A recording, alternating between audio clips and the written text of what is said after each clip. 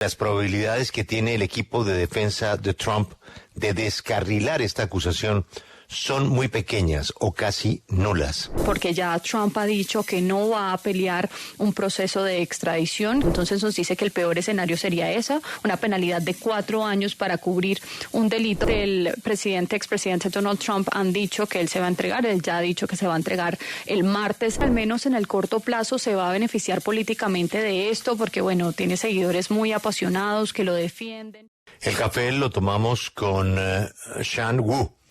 Él fue fiscal federal, es decir, él nos puede aclarar mucho mejor sobre esta acusación a Donald Trump y las consecuencias que puede tener.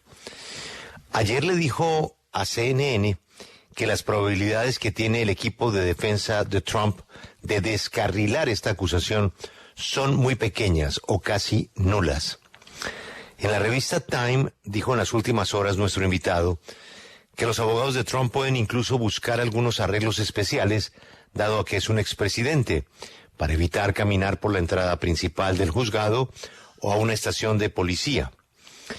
La primera pregunta que yo le quiero hacer es, ¿qué pasa si la Florida no lo extradita? Attorney Wu, thank you very much for your time. Good morning and welcome to W Radio. Oh, good morning. Happy to be here. The first question is that we have heard that DeSantis, the governor of Florida, is saying that he will not extradite Donald Trump. In that scenario, what could happen? Well, first of all, I just want to say that is a very empty promise on his part because Trump has already stated that he is not going to fight any type of extradition battle. He's going to surrender voluntarily, and so he'll be coming to New York on Tuesday to turn himself in and to go through the arraignment process. If that was not happening, then DeSantis might actually have something to say about this, and he would be in violation of the United States Constitution, which states that each state has to honor the other state's request for extradition. So if that were to actually happen, there would probably be first a court battle over trying to force DeSantis to comply with the Constitution, and it would probably be a federal court, and there would be what's called a supremacy clause issue, which means that the Constitution is going to win over whatever legal argument he wants to make. But I really do want to emphasize, I'm not 100% sure the timing, but I'm almost certain that he said after Trump had already indicated he was going to surrender. So that really just seems to be a very meaningless political posturing on DeSantis' part. There's really zero chance that would actually happen. Pues, Julio, lo que nos responde es que es un acto de empatía por parte de DeSantis, porque ya Trump ha dicho que no va a pelear un proceso de extradición, que él se va a rendir voluntariamente, se va a entregar voluntariamente el martes y se someterá al proceso correspondientes. Pero digamos que eso no pasara y que el presidente Trump no se rindiera, entonces ahí sí DeSantis tendría algo que decir y entraría inmediatamente en violación de la Constitución de los Estados Unidos, porque pues lo que dice la Constitución es que los estados deben honrar los requerimientos de extradición de otros estados. Entonces ahí ya entraría una pelea en la Corte para que DeSantis cumpla con la Constitución y honre ese requerimiento de extradición. Pero nos dice que eso pues no va a pasar, eso no cree que sea viable, porque DeSantis, por supuesto que dice eso después de que Trump ya aseguró que se va a rendir, que se va a entregar. Entonces parece más un argumento y una frase política por parte de DeSantis, porque no hay tiempo de que eso ocurra. Attorney Wu, there are some facts about the convenience politically for Donald Trump of this situation, but I want to talk in terms of law. In terms of law, what is the worst scenario for Donald Trump? It depends on what's actually been charged, which we do not know yet, since the indictment, that's the formal charging document, is still sealed right now. From the reporting we've seen and just using kind of legal logic to figure it out, the most likely worst-case scenario would be a 4-year maximum penalty for a felony. It's a two-step process. If the charge is something called falsification of business records, that by itself would only be a misdemeanor. But if they charge that the falsification was meant to cover up a felony charge, then the penalty can be the 4 years. They don't have to prove the other felony charge. They merely need to prove that there was an intent to cover up the other felony. Now, the big question is, what will the other felony or felonies, could be more than one, be?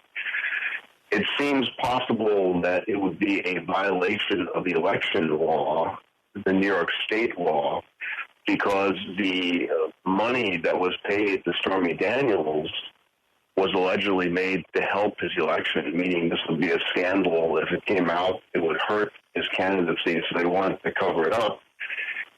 But while they're allowed to pay someone for a non-disclosure agreement, it would have to be treated as a contribution to help his campaign, and it was not treated that way. So that's one of the more likely associated charges. There could be other ones. There could be some of the charges that the Trump organization had already been convicted of, bank fraud or tax fraud. So we don't know that yet. But it seems like it's going to begin with the first step of the falsification of business records with the intent to conceal something else. And we don't know what specifically will be something else be, or whether there'll be more than one charge. For example, there was reporting yesterday that in addition to the actress Stormy Daniels being paid, we know that there was another payment to another woman, Karen McDougal. So it's possible that both of those will be paired with the falsification of the business records. Pues nos dice que depende de los cargos, que todavía no lo sabemos porque la acusación sigue sellada hasta ahora, pero por el sentido común legal que él tiene de los reportes que hemos visto en la prensa, lo más probable es que el peor escenario sea de 4 años por ese proceso de falsificación para cubrir un delito. Entonces nos dice que el peor escenario sería esa, una penalidad de 4 años para cubrir un delito, pero la pregunta es si hay más delitos y más acusaciones en su contra, porque pues también podría haber una posible violación de la ley electoral en el estado de Nueva York, porque el dinero que se le pagó a Stormy Daniels pues lo ayudó en la elección, o lo que él quería era que no lo afectara en su proceso de elección en la candidatura. Pero entonces nos dice que pues depende de eso, y también depende de qué otros delitos tenga, porque además de la acusación de Stormy Daniels hay otro pago a otra mujer. Entonces se espera que ambas se incluyan en esta falsificación del historial en el negocio. Entonces todo depende de qué otros delitos se incluyan, como fraudes fiscales, que también puede haber fraude en los impuestos de la organización Trump. Entonces hay que esperar a ver qué revela esa acusación completa. Fiscal Wu, en este momento nos encontramos a las afueras de Mar-a-Lago, en la residencia del expresidente Donald Trump. ¿Qué posibilidad hay de que realmente se entregue Donald Trump como él lo anunció el día de ayer? Ex-Commissioner Wu, right now we are outside the Mar-a-Lago residency of Donald Trump, where he is supposed to be right now. His airplane is still at the airport, so we believe that he's still here. What possibilities are there that he's going to turn himself in? It seems like the possibility is very high based on what Trump and his attorneys have said. Apparently, he will be turning himself in on Tuesday in New York, and that's very common in this type of a non-violent white-collar case. It would be relatively unusual to have him arrested without he and his attorneys arranging for him to what they call self-surrender to come in. And in fact, the district attorney's office last night had also made that statement that they were arranging for that to happen. So it certainly seems like he will be turning himself in. Pues la probabilidad es alta, es toda. Ya los abogados del expresidente Donald Trump han dicho que él se va a entregar. Él ya ha dicho que se va a entregar el martes en Nueva York y es lo común en estos casos de cuello blanco. Es inusual que vayan y arresten a estas personas y que no se arregle con el abogado y con la persona afectada una rendición voluntaria, y también esto lo dijo la oficina ya del fiscal. Entonces digamos que la probabilidad de que él se entregue es bastante alta y no vamos a ver esa imagen de verlo a él siendo arrestado. Exfiscal Wu, ¿qué opina usted frente a las afirmaciones de que esta acusación y posible arresto solo le beneficiaría al expresidente en su búsqueda por la presidencia? Mr. Wu, what do you think of the claims that this accusation would only benefit the former president in his quest for the presidency? I'm sorry, could you repeat that question? What do you think of the claims that these accusations and a possible arrest would only benefit former President Donald Trump? Yes, I do think that at least in the short term, there will be some political benefit to him because his very passionate supporters are already defending him.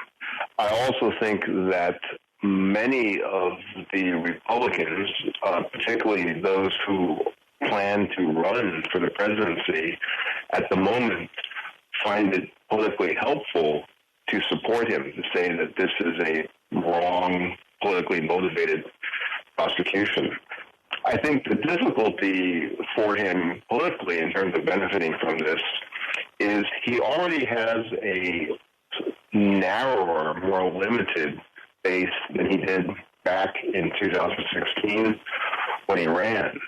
That base has become much more solid for him, much more passionate, but it has narrowed. He's not been able to expand, for example, into what they call the suburbs, have more women, for example, support him, more moderate, middle-of-the-road Republicans or independents. Those have all started to slip away, but he has cemented a more extremist type of view base. So there will be some benefit for those people because they may be very angry about this and be more impassioned for it.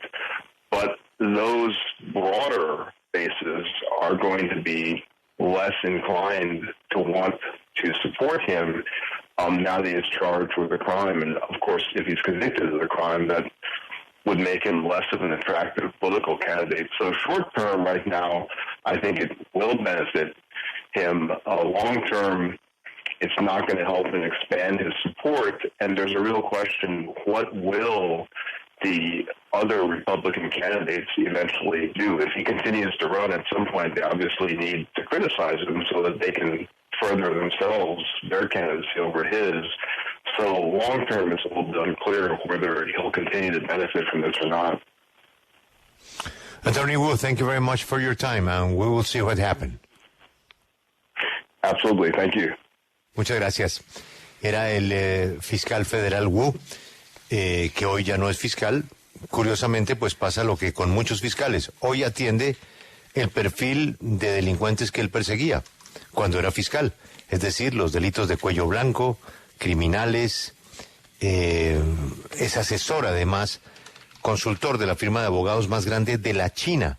Trabaja mucho en litigios empresariales en la China. Al final, ¿qué dijo Grace? Bueno, él sí cree que al menos en el corto plazo se va a beneficiar políticamente de esto porque, bueno, tiene seguidores muy apasionados que lo defienden y pues los republicanos que están en la carrera presidencial también creen que apoyarlo ahora los ayuda a ellos también políticamente y decir que esta acusación es política. Lo difícil para él es que ya la narrativa que tiene el expresidente Donald Trump es mucho más limitada que la del 2016. No va a poder expandir su apoyo en los suburbios, por ejemplo, en las mujeres, en los republicanos más moderados, en los independientes. Esas personas se le están yendo, entonces sí lo ayuda en este sector mucho más extremista, digamos ahí sí le trae un apoyo y un beneficio, porque le da rabia a esos seguidores apasionados, pero los moderados a lo mejor no lo quieran apoyar a largo plazo. Entonces lo beneficia a corto plazo, pero a largo plazo no le ayuda a expandir su apoyo, y también hay que ver qué harán los otros candidatos más adelante, si lo van a empezar a atacar para ganar ellos también más seguidores. Entonces eso nos dice el invitado. Acompáñenos en el canal de YouTube @Julio Sánchez Cristo Oficial.